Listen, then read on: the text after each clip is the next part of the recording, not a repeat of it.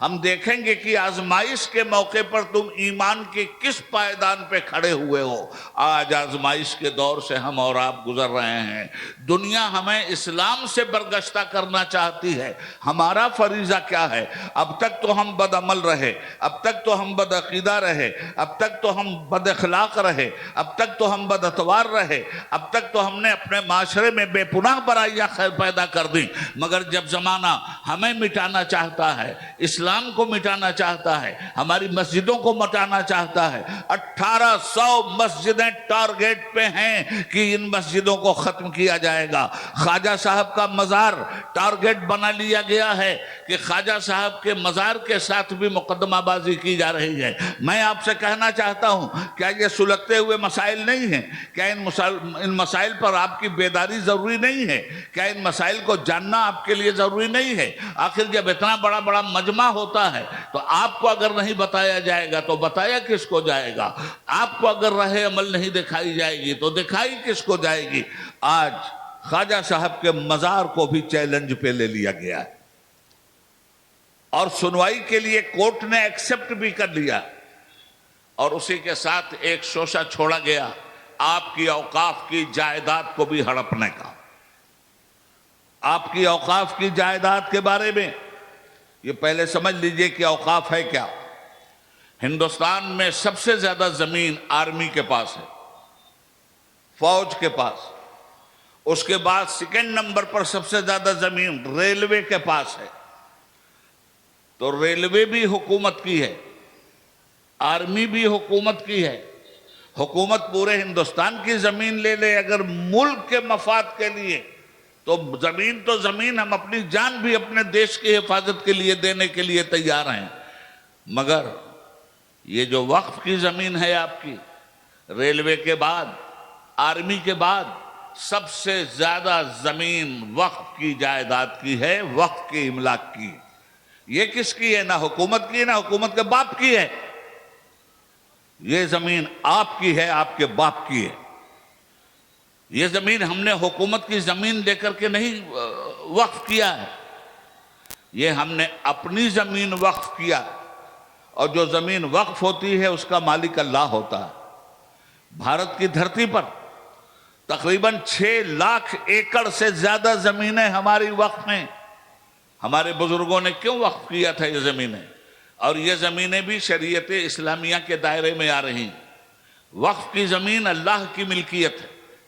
ایک واقف جب وقف کرتا ہے کوئی زمین تو پھر وہ اللہ کی زمین ہے، اب کسی مسلمان کی زمین نہیں، کسی غیر مسلم کی زمین نہیں۔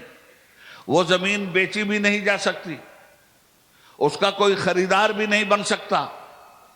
اب وقف کرنے والوں کو اللہ تعالیٰ ان کی مغفرت فرمائے۔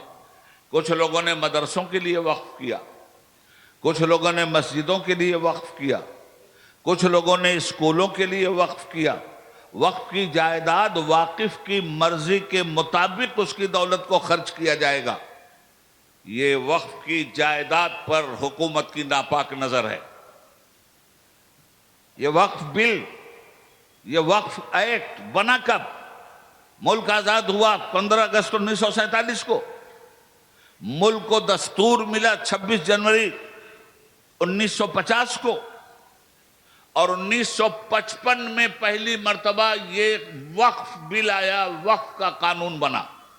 سمجھیے بات کو، یہ آپ کی چیز ہے، یہ نہ مودی کی چیز ہے، نہ موزی کی چیز ہے۔ آج اس کو ہڑپنے کی کوشش کی جا رہی ہے۔ پہلی مرتبہ 1955 میں وقف کا قانون بنا، اور وقف کی املاک کے لیے باقاعدہ منسٹری بنی، وقف بورڈ بنے، وقف کونسل بنی، مسلمانوں کے ہاتھ میں یہ ساری چیزیں دی گئیں۔ اور اس کے بعد پھر 1995 تک، 1955 سے لے کر 1995 میں ترمیم پھر آئی۔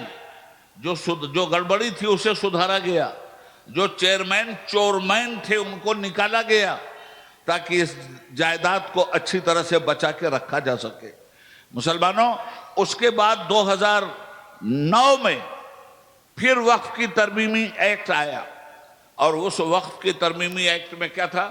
وقف کونسل میں صرف مسلمان ہوں گے،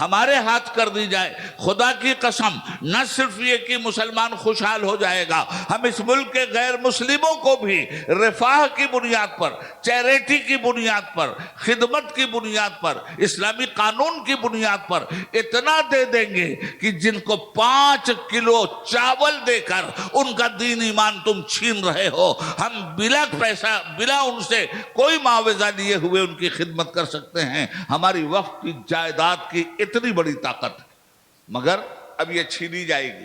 آپ سے کہا جائے گا کہ مسجد کا پیپر لاؤ۔ میں کہتا ہوں 100 سال پہلے جن لوگوں نے زمین دیا قبرستان کے لیے، اس وقت کوئی پیپر بنتا تھا کیا؟ 100 سال 150 سال پہلے جو مسجد بنی ہے اور کسی نے وقف کیا ہے زمین، کوئی پیپر بنا تھا کیا؟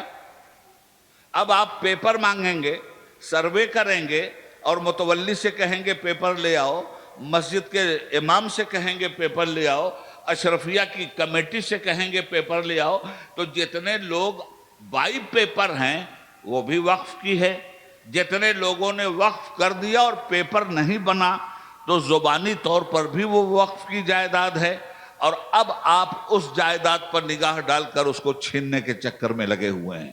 تو جب یہ ساری چیزیں سامنے آ جائیں تو میں آپ سے پوچھنا چاہتا ہوں کہ ہماری اپنی کوئی ذمہ داری بنتی ہے کہ نہیں؟ علماء کی ذمہ داری بنتی ہے کہ نہیں؟ پھر عوام کی ذمہ داری بنتی ہے کہ نہیں؟ پھر ان حالات میں اپنے حقوق کو لیجئے گا یا بزدلوں کی طرح سرنڈر کر جائیے گا؟ قرآن نے تو کہہ دیا ہے تمہیں ہم آزمائیں گے، بھوک کے ذریعے، موب لنچنگ کے ذریعے،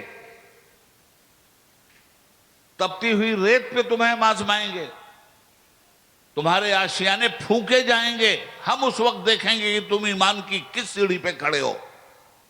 آج اس طرح سے آزمائش کا دور آ گیا ہے، تو ہم حکومت سے کوئی خیرات نہیں چاہتے۔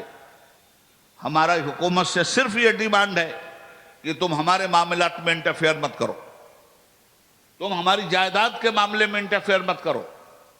اور یہ بل لایا گیا، سنیے، آپ کو کچھ نہیں معلوم ہے، 0 سناٹا ہیں آپ اس معاملے میں۔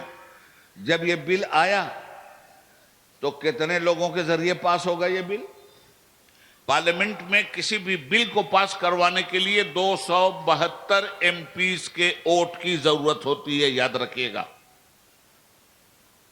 یہ تو پاس کروا لیے ہوتے پہلی ہی مرتبہ، مگر ان کے پاس 272 ایم پی ہی نہیں ہیں، ان کے پاس کل 240 ایم پی ہیں۔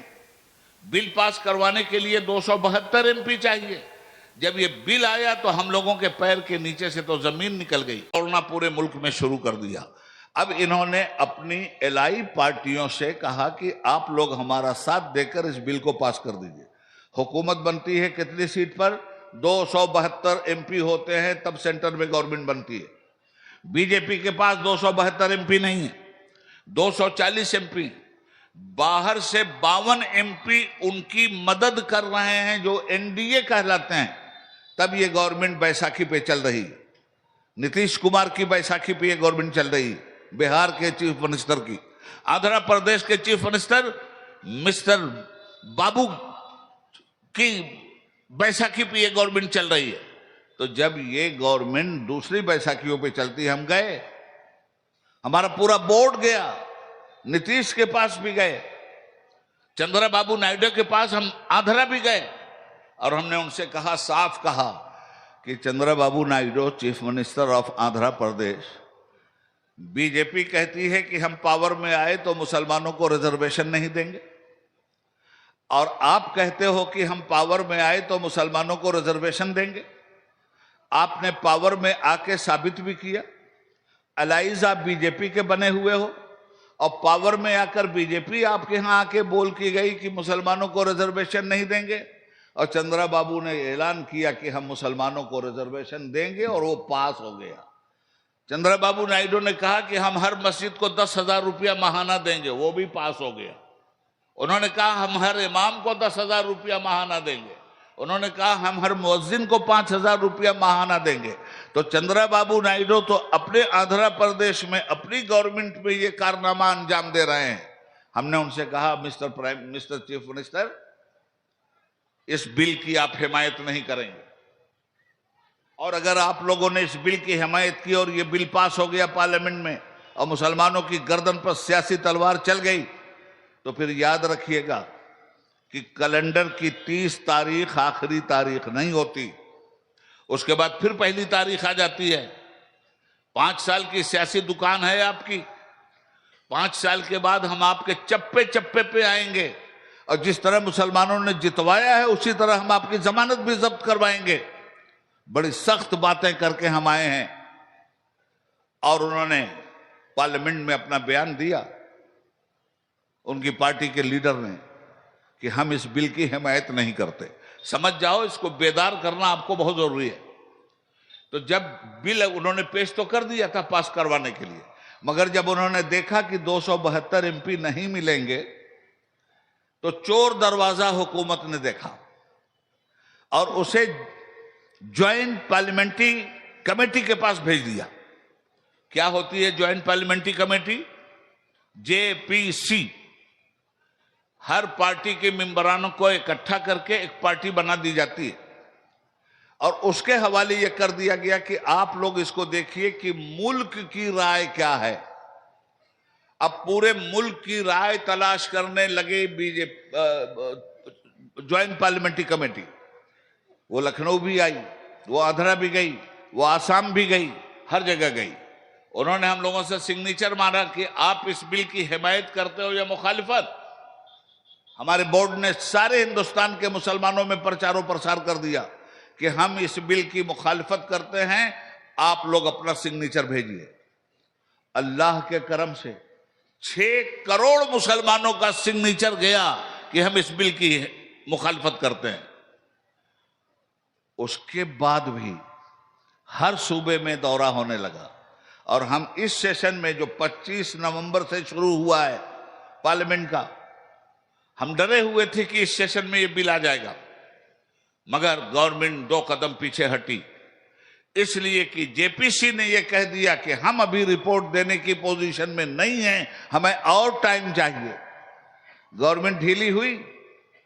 میں نے 24 نومبر کو لاکھوں لاکھ کے مجمع میں بنگلور کی سرزمین پہ کہا، گورنمنٹ ڈھیلی ہوئی ہے، ہمیں ڈھیلا نہیں ہونا ہے، ہمیں اپنا مطالبہ برابر جاری رکھنا ہے۔ احتجاج ہمارا بنیادی حق ہے، مظاہرہ ہمارا بنیادی حق ہے، پرامن مظاہرہ ہم کرتے ہیں اور کرتے رہیں گے، اور کسی بھی صورت میں ہم وقف کی جائیداد سے دستبردار ہو کر گورنمنٹ کے گمراہ کن نظریات کا شکار نہیں ہو سکتے۔ آج یہ بہت بڑا مسئلہ آپ کے سامنے ہے، تو اب ان حالات میں ڈر کے اسلام چھوڑ دیجیے گا۔ اسلام کو کوئی خطرہ نہیں، یاد رکھیے گا، کسی دور میں اسلام کو خطرہ نہیں تھا۔ خطرہ آپ کے لیے ہے۔ اسلام کو مٹانے کی بات اگر کوئی ناپاک سوچتا ہے تو بھول جائے۔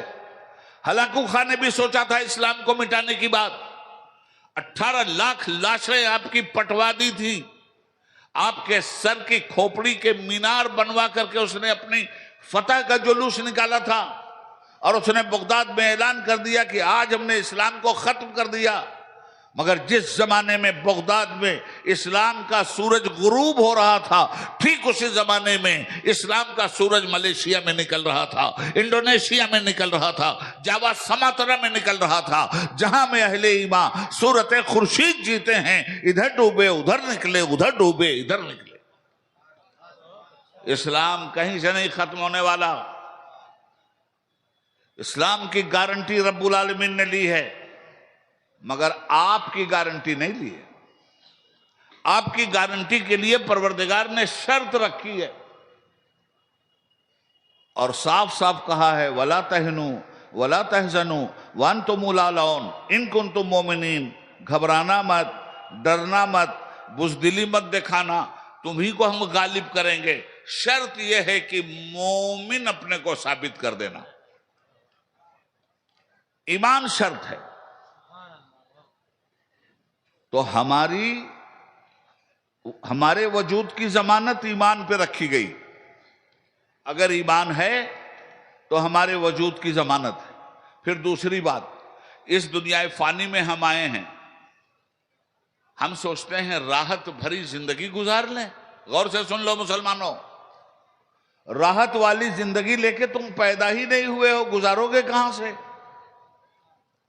تمہیں پیدا کیا گیا مشقت میں۔ لا اقسم بہذا البلد وانت حل بہذا البلد، لقد خلقنا الانسان فی کبد، ہم نے انسان کو پیدا ہی ایسا کیا ہے کہ یہ مشقت جھیلے۔ تو مشقت تو ہر حال میں جھیلنا ہے۔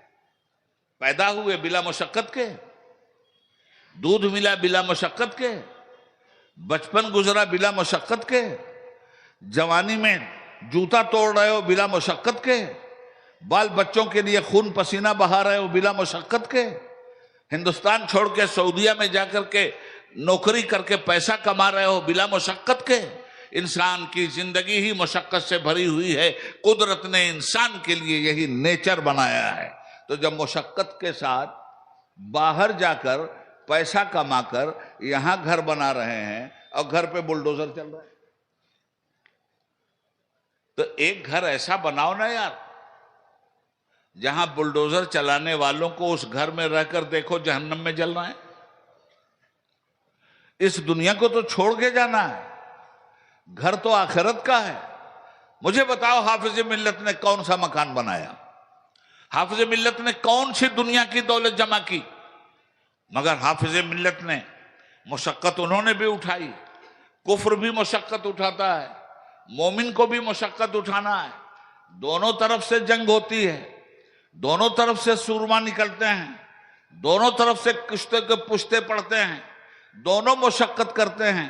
ایک نیگیٹو کرتا ہے، ایک پازیٹو کرتا ہے۔ آپ کو مشقت کرنا ہے تو راہ خدا میں کرنا ہے۔ یہ زندگی آخری زندگی نہیں ہے۔ ماں کے پیٹ سے برآمد ہونا زندگی کی ابتدا نہیں ہے، اور قبر میں موت کے منہ میں چلے جانا زندگی کی انتہا نہیں ہے۔ انتقال کے بعد اصل زندگی آپ کی شروع ہوتی ہے، اور اصل زندگی کی کامیابی کے لیے یہ مشقت بھری دنیا آپ باپ کا امتحان ہوا ہے۔ کس کا امتحان نہیں ہوا؟ خواجہ صاحب کا امتحان نہیں ہوا کہ غوث پاک کا امتحان نہیں ہوا؟ میں اولیاء کی بات کر رہا ہوں۔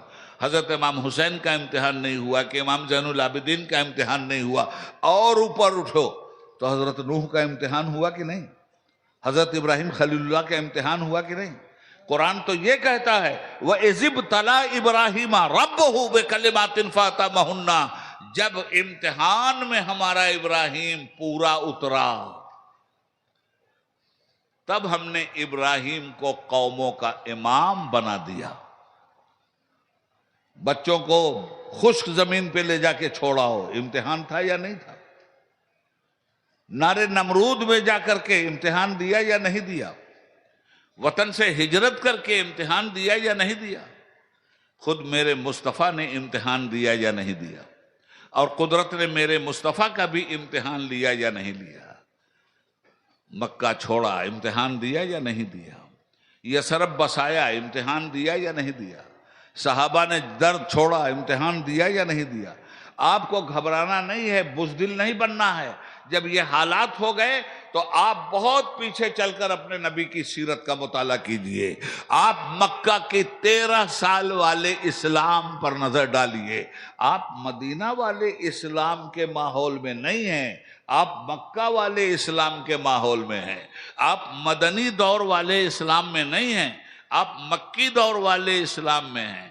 مکہ میں ستائے گئے کہ نہیں ستائے گئے؟ مکہ میں مارے گئے کہ نہیں مارے گئے؟ مکہ میں جلائے گئے کہ نہیں جلائے گئے؟ مکہ میں موب لنچنگ ہوئی کہ نہیں ہوئی؟ مکہ میں مکانوں پہ قبضہ کیا گیا کہ نہیں کیا گیا؟ سب تو ہوا ہے اس 13 سالہ مکی دور میں میرے دوست۔ اس وقت اپنے نبی کے کیریکٹر پہ نگاہ ڈالیے۔ آپ کے نبی ہی آئیڈیل ہیں، آپ کے نبی ہی آپ کا نمونہ ہیں۔ اس وقت حضور نے کیسے لیڈ کیا تھا وہ مجھے بتائیے۔ اس وقت رسول پاک کیا کہہ رہے تھے جناب یاسر سے؟ فَاصْبِرُوا یا آلِ یاسر، صبر کرو آل یاسر، تمہارا ٹھکانہ جنت ہے۔ نبی پاک اس وقت لیڈ کر رہے تھے کہ نہیں کر رہے تھے؟ صحابہ کو لیڈ کون کر رہا تھا؟ آگے آگے کون کھڑا تھا؟ ہجرت میں پیش قدمی کس نے کیا تھا؟ ہجرت میں بھی رسول اللہ نے لیڈ کیا ہے، میدان بدر میں بھی رسول اللہ نے لیڈ کیا ہے، میدان احد میں بھی رسول اللہ نے لیڈ کیا ہے، غزوہ احزاب میں بھی رسول اللہ نے لیڈ کیا ہے۔ جب جب وقت آیا ہے اور جب جب کفر و اسلام کی کشمکش آئی ہے، اللہ کا نبی آگے آگے ہے، نبی کی امت پیچھے پیچھے ہے۔ آج وارث انبیاء ہونے کا اگر دعویٰ ہے آپ کو، تو آپ کو آگے آگے چلنا چاہیے۔ اس قوم کے گھر کی تباہی سے پہلے آپ میدان میں اتریے اور آپ بتائیے کہ اس قوم کے ہم رہنما ہیں، اس قوم کی حفاظت کی ذمہ داری ہماری ہے، ملک کے دستور نے اس ملک میں جینے کا حق ہم کو دیا ہے، آپ کو لیڈ کرنا ہوگا، آپ کو میدان میں آنا ہوگا۔ یہی قوم کیوں جیل جائے گی؟ میں صحیح آپ سے کہتا ہوں، اگر علماء نے وہ راستہ اختیار کر لیا، علماء نے اکٹھا ہو کے کہہ دیا کہ ہم اپنے دین کا سودا نہیں ہونے دیں گے، ہم مسلمانوں کو برباد نہیں ہونے دیں گے، ہم اسلام کی آبرو پر اپنے تن من دھن کی قربانی دیں گے، عوام تو دے رہی ہے، کوئی شک کی بات نہیں ہے۔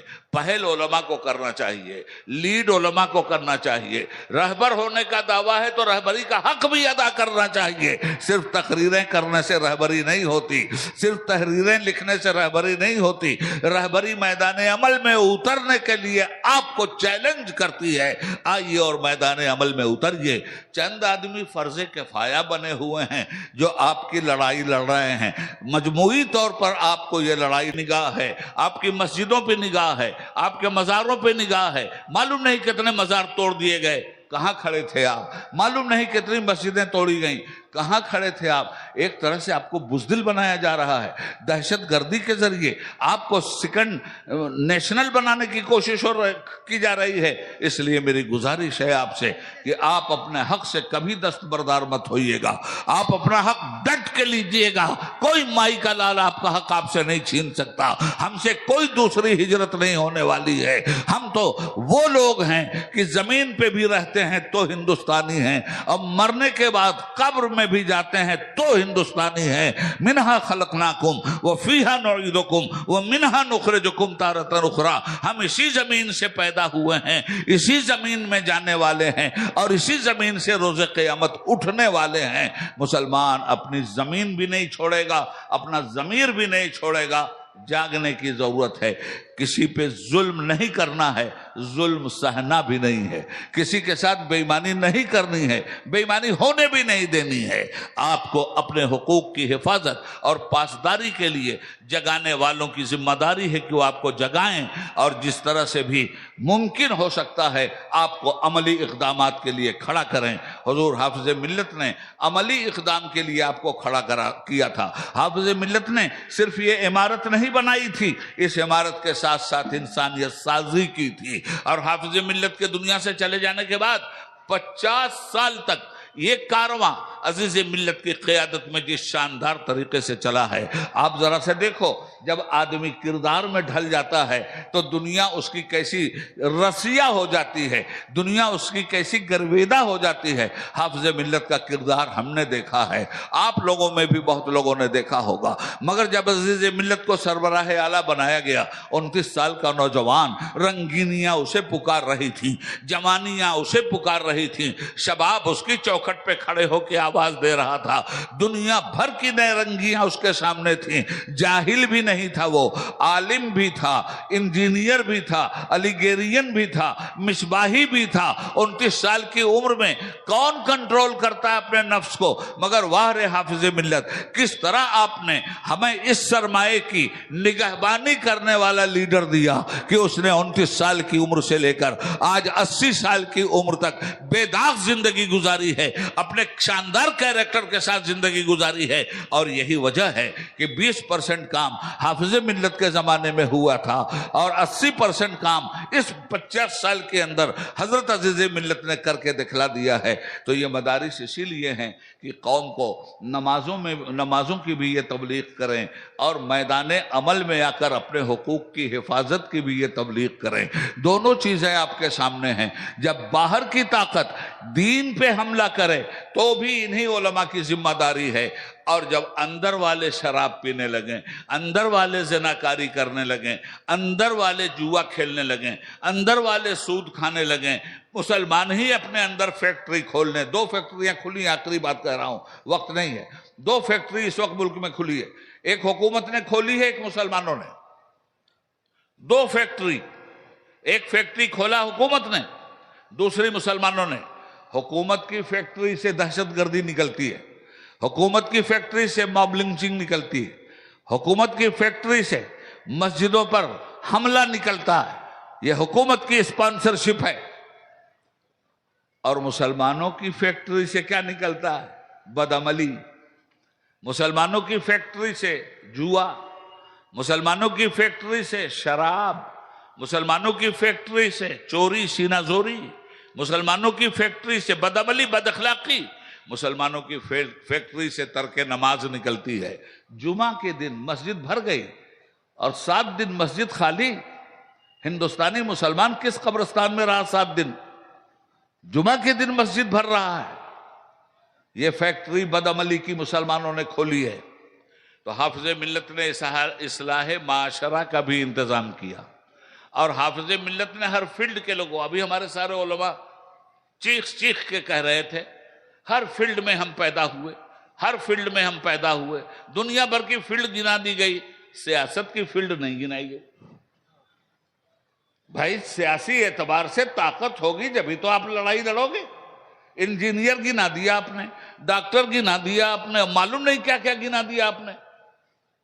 سیاسی مدبرین بھی تو گنانا. ایسا نہیں کہ اشرفیہ نے پیدا نہیں کیا تھا. اشرفیہ کا ایک نالائق طالب علم تمہارے سامنے ہے، لوگ 6 سال کے لیے جا کے آؤٹ ہو جاتے ہیں، یہ 18 سال کے بعد بھی آؤٹ نہیں ہوا ہے. تو ایسا نہیں ہے. ہم دین کیا چاہتا ہے؟ طاقت. دین چاہتا ہے حکمرانی، اور کوئی بھی دین ہو بلا حکمرانی کے نہیں چل سکتا، بلا طاقت کے نہیں چل سکتا. عمل کی طاقت ہو، عقیدے کی طاقت ہو، دولت کی طاقت ہو، سیاست کی طاقت ہو، دین کو ہر طرح کی طاقت چاہیے. اس لیے حافظ ملت کا یہ کنسپٹ تھا کہ ہم ہر طاقت کو اشرفیہ کے پیٹ سے پیدا کریں گے. اور حافظ ملت نے ہر طاقت کو کچھ کم یا کچھ زیادہ اشرفیہ کے پیٹ سے پیدا کیا. بے شمار علماء، محدث، مفکر، مبلغ بے پناہ ہیں، محرر، مقرر بے پناہ. مگر اہل اشرفیہ کا سیاست میں فرض کفایہ ہے عبید اللہ اعظمی. تو فرض کفایہ سے کام نہیں چلانا چاہیے. اتنے لوگوں کو پیدا کر دیا جائے کہ فرض کفایہ کی ضرورت نہیں ہو، بلکہ اوریجنل فرض کے ساتھ زمین پہ کام کیا جائے. اور ایسا نہیں ہے کہ ہمارے علماء میں وہ سیاسی تدبر نہیں ہے. انہیں میدان میں نکلنا چاہیے. مدرسوں کی، ملک کی حفاظت کے لیے فوج ہے سرحد پہ. فوج سرحد پہ نہ ہو تو ملک کی حفاظت نہیں ہوگی. دین کی حفاظت کے لیے دین کی سرحد پر ہر طرح کے علماء کا ہونا ضروری ہے، تاکہ جس رخ سے زہریلا سانپ آ رہا ہو، قبل اس کے کہ قوم کو ڈسے، اس کے پھن کو کچل کے رکھ دیا جائے. یہ تھوڑی سی باتیں میں نے آپ سے کہہ دی، اور وقت بھی نہیں ہے. بہت سارے طلباء کی دستار بندی بھی ہونے والی ہے. میں رب العالمین سے دعا کرتا ہوں کہ پروردگار اس چمن کو آباد رکھنا، اور یہ آباد رہے گا. اس میں گرم پانی ڈالنے والے خود اپنی گرمی میں جل کے مر جائیں گے. اس کی طرف نظر بد اٹھانے والوں کی آنکھ کی شہتیر بھی انہیں زخمی کر دے گی. ایک فقیر کا لگایا ہوا یہ پودا ہے، ایک درویش کا لگایا ہوا یہ شجر طیبہ ہے، اور وہ درویش یہ کہہ کے گیا ہے، اے اسلام تو مت گھبرانا، ایسا شجر لگا رہا ہوں کہ ایک دن آئے گا کہ تیری چھاؤں میں قرآن اور حدیث آرام کریں گے. حافظ ملت نے اس ویران زمین پر ایسا شجر لگایا تھا کہ آج قرآن و سنت اس زمین پہ آرام کر رہے ہیں. اور اس شجر کی آبیاری کے لیے عزیز ملت اپنے خون کا ایک ایک قطرہ دے کر یہ ثابت کر گئے ہیں کہ وَنَهَا النَّفْسَ عَنِ الْهَوَىٰ کی منزل سے اگر آدمی گزر جائے, نفس کو اگر اپنا معبود بنانا چھوڑ دے اور معبود برحق کے لیے نفس کو قربان کر دے, اسے عزیز ملت بننے سے کوئی نہیں روک سکتا. تو ملت کا عزیز آپ کو بھی بننا ہے. آپ کے سامنے زندہ نشانی ہے, اور ہم لوگ تو ان کو دیکھ کر کے اپنی آنکھوں کی سیری کر لیتے ہیں, اس لیے کہ ہمیں وہ صورت دکھائی دیتی ہے جو آج مرقد مبارک میں ہے. جن لوگوں نے نہیں دیکھا ہے انہیں, وہ ان کو دیکھیں, اور جن لوگوں نے انہیں دیکھا ہے وہ میری باتوں کی دلیل کے طور پر صحیح اور حق مانیں گے.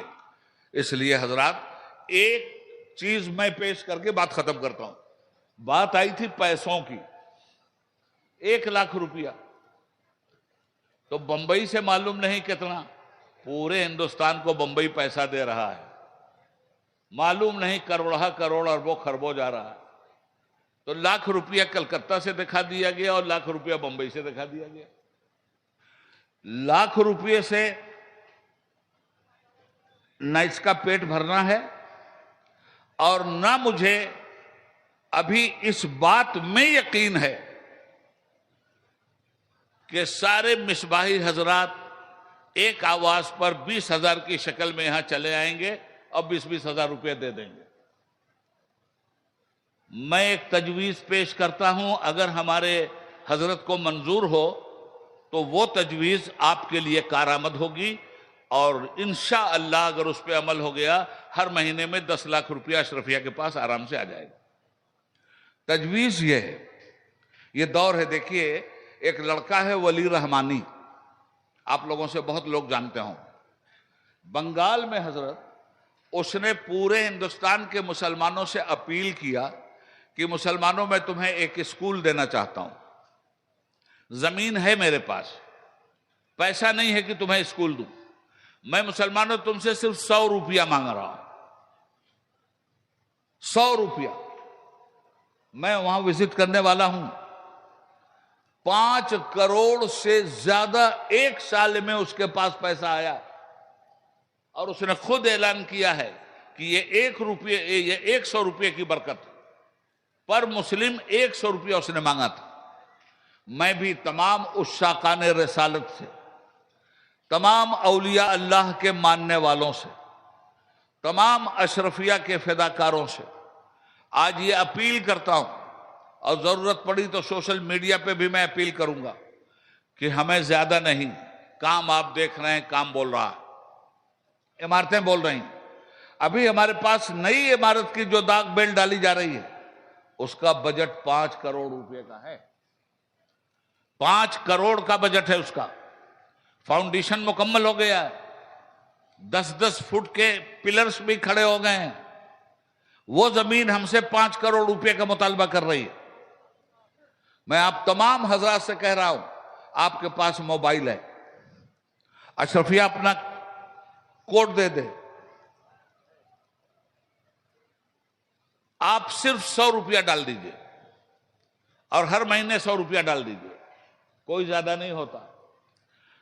یہ تقریر پورے ملک میں جائے گی, اب پورے ملک میں نہیں بیرون ملک بھی جائے گی. میں ہر جگہ سے گزارش کرتا ہوں 100 روپیہ آپ مہینے میں اشرفیہ کو دے دیجئے. ہم 1,000 نہیں مانگ رہے ہیں آپ سے, ہم 500 روپیہ نہیں مانگ رہے ہیں. اور آپ دھیان رکھیے گا کہ ہر مہینے میں ہمیں اشرفیہ کو 100 روپیہ دینا ہے. آپ یقین مانو, اگر 1 کروڑ لوگوں نے ایک مہینے میں 100 روپیہ دے دیا تو 1 کروڑ روپیہ ایک مہینے میں آ رہا ہے. 10 لاکھ لوگوں نے اگر دے دیا